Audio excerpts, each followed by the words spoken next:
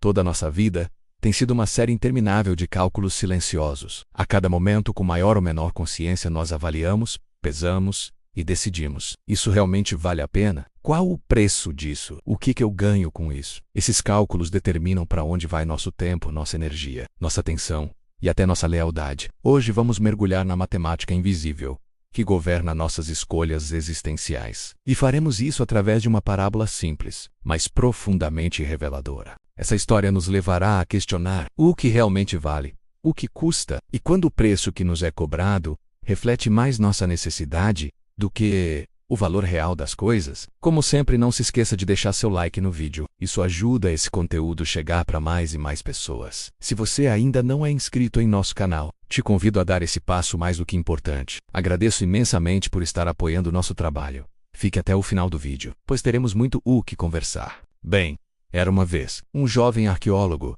que vagava por um deserto escaldante. O sol era um inimigo implacável e as dunas se estendiam até onde a vista alcançava. Mas este jovem não era um viajante comum. Em seu ombro, ele carregava uma bolsa de couro que continha 10 pedras brutas de diamantes, cada uma valendo aproximadamente 5 milhões de dólares. Ele havia descoberto uma caverna secreta dias antes. E agora era, em teoria, um homem extraordinariamente rico, mas a teoria pouco importava na dura realidade do deserto. Seus lábios estavam rachados e sangrando. Sua língua parecia um pedaço de couro seco em sua boca. Cada passo era uma tortura, e a visão começava a se turvar cada vez mais. As pedras preciosas em sua bolsa pesavam como pedregulhos comuns. Sua riqueza era inútil, diante da necessidade mais básica naquele momento: água. Quando já estava à beira do colapso, aquele jovem avistou uma pequena barraca improvisada no meio do nada. Um comerciante idoso, com olhos que pareciam conhecer todos os segredos do deserto. Ele observava sua aproximação, sem que o jovem precisasse pedir. O comerciante encheu um copo com água cristalina e gelada. O brilho da água era sedutor. "O preço é 3 diamantes", disse o velho comerciante. Sua voz tão seca quanto a areia ao redor. O jovem não hesitou. Com mãos trêmulas, abriu sua bolsa e entregou 3 das pedras mais brilhantes. Em troca, recebeu o copo que salvou sua vida. Bebeu avidamente, sentindo a água reviver cada célula de seu corpo. A gratidão e o alívio eram palpáveis. Recuperado, o jovem seguiu viagem. Sua sede não havia desaparecido completamente. O deserto exige hidratação constante, mas a urgência mortal havia passado. Caminhou por mais algumas horas, até encontrar uma segunda barraca, com outro comerciante oferecendo exatamente o mesmo: um copo de água gelada pelo mesmo preço de 3 diamantes. Desta vez, porém, o jovem hesitou. Olhou para sua bolsa, agora com 7 diamantes, e depois para o copo. 3 diamantes é muito, ele pensou. Eu já não estou morrendo. Então, decidiu fazer uma contraproposta. Ofereço 1 diamante. O comerciante balançou a cabeça negativamente. O jovem, por sua vez, também recusou. Ajustou a bolsa em seu ombro e seguiu o caminho, preferindo conservar seus diamantes e arriscar encontrar água mais adiante, talvez por um preço mais justo. Agora, paremos aqui e perguntemos: o que realmente mudou entre o primeiro e o segundo encontro? Afinal, a água era a mesma. Os copos eram idênticos, os comerciantes cobravam o mesmo preço. O que mudou radicalmente foi a posição subjetiva do comprador. No primeiro encontro, o jovem estava no que os psicólogos chamam de estado de necessidade aguda. A água não era um bem qualquer entre outros. Era o bem supremo e mais precioso, porque sua posse significava a continuação da própria existência. A utilidade marginal daquele primeiro copo era infinita. Nesse estado, os diamantes perdiam completamente seu valor simbólico de riqueza e status. Eram apenas pedras pesadas, e que não saciavam sua sede. Mas após saciar a necessidade mais urgente,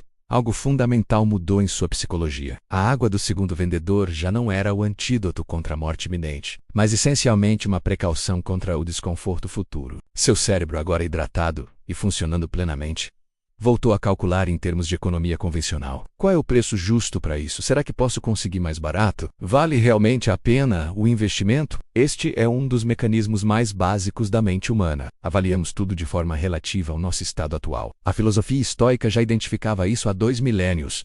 Não sofremos pelos acontecimentos em si, mas sim pelo julgamento que fazemos deles. Para o jovem arqueólogo à beira da morte, 3 diamantes por água era uma troca justíssima. Porém, para o mesmo jovem parcialmente recuperado, era uma exploração. O valor das coisas depende essencialmente da nossa necessidade por elas. Só nos dispomos a pagar caro por algo que realmente precisamos muito, do fundo da nossa alma. Mas aqui, precisamos fazer uma pergunta incômoda.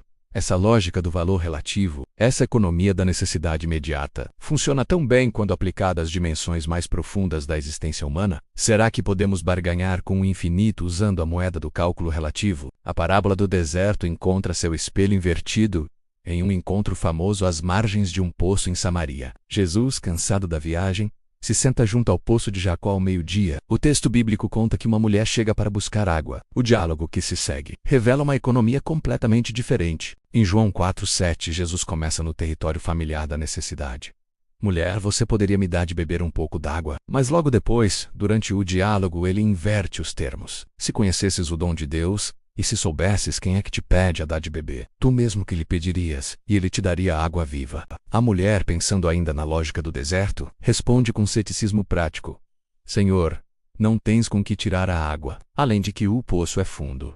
Onde, pois, poderás conseguir a água viva? Ela está calculando os custos da transação, as dificuldades de acesso à água. A mesma mentalidade do jovem arqueólogo, quando estava avaliando se valia a pena outro diamante pelo segundo copo d'água. E então Jesus declara algo que quebra completamente a economia do deserto. Quem beber desta água, continuará a ter sede.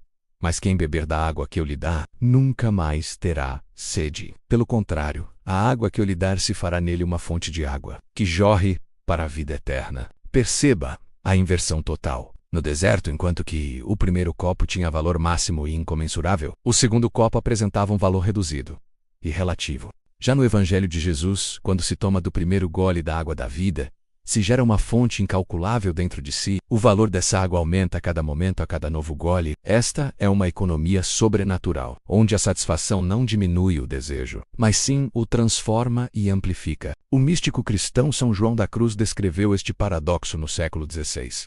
Quanto mais se dá, mais se tem para dar. A graça opera sob uma matemática muito diferente. No reino de Deus é divisão que multiplica, é consumo que aumenta o estoque. Mas devemos ficar atentos, porque há um preço. Sempre há um preço. Porém, não é o preço da barganha. O preço do eu te dou isso se você me dá aquilo. O profeta Isaías revela a natureza paradoxal deste preço, no capítulo 55 do seu livro. Vós todos os que tendes sede, vinde às águas. E os que não tendes dinheiro, vinde comprai e comei. Sim, vinde comprai.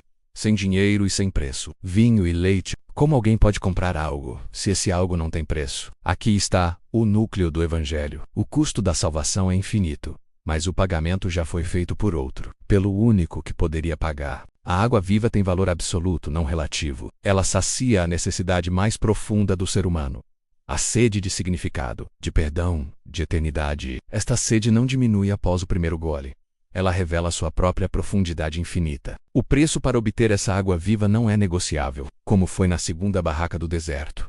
O preço é a rendição total. É a troca da ilusão de autossuficiência, os diamantes do nosso mérito, do nosso controle. A troca pela nossa dependência humilde. Agora, vamos fazer uma aplicação prática. Quais são os diamantes que você carrega no deserto da sua vida, acreditando que são sua verdadeira riqueza? Enquanto talvez esteja morrendo de sede espiritual, o diamante da autonomia, a crença de que somos senhores absolutos do nosso destino, que não precisamos de ninguém, muito menos de Deus, pagamos caro por ele, com solidão existencial e ansiedade crônica. O diamante do mérito pessoal, a coleção de nossas boas ações, títulos, conquistas e realizações, com as quais tentamos barganhar com o universo, com os outros e até com Deus.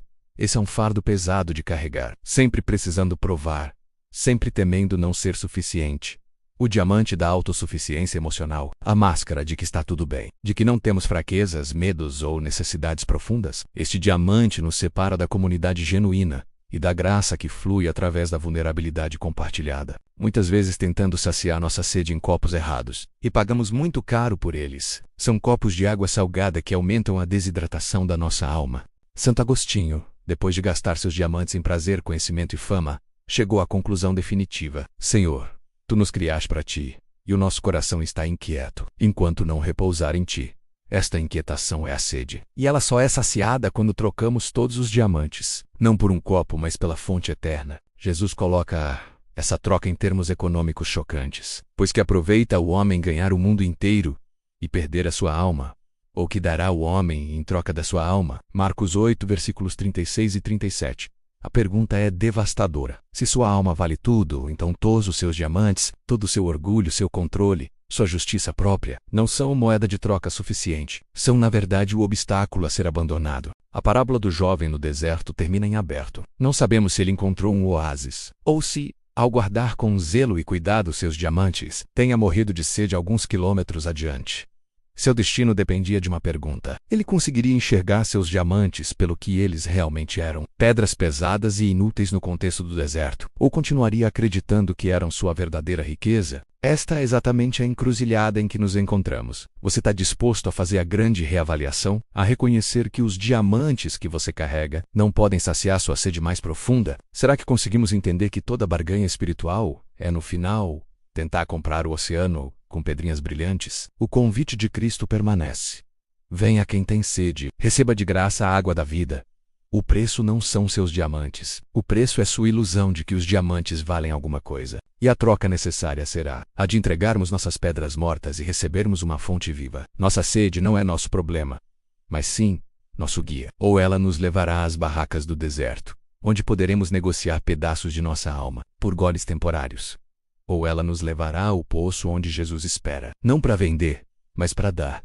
Não para negociar, mas para transformar. A escolha é sua. Mas se lembre sempre da matemática do deserto. Todo copo comprado tem seu preço. E todo preço pago deixa você mais pobre e mais sedento. Enquanto que na matemática do Evangelho não existe mais nenhum preço a pagar pela água da vida. E o único que pagou algum preço, pagou um preço infinito pela sua alma, pela sua salvação. Qual economia governará sua alma? A do deserto ou a do poço? A economia dos diamantes ou a da água viva? Que você tenha a sabedoria de escolher a fonte ao invés do copo, a graça ao invés da barganha e a vida eterna ao invés dos diamantes temporários. Muito obrigado por chegar até aqui. Se este conteúdo fez sentido para você, deixe seu like. Escreva nos comentários sua opinião sincera sobre esse tema e se inscreva no canal. Deus continue te abençoando sempre. Até os próximos vídeos.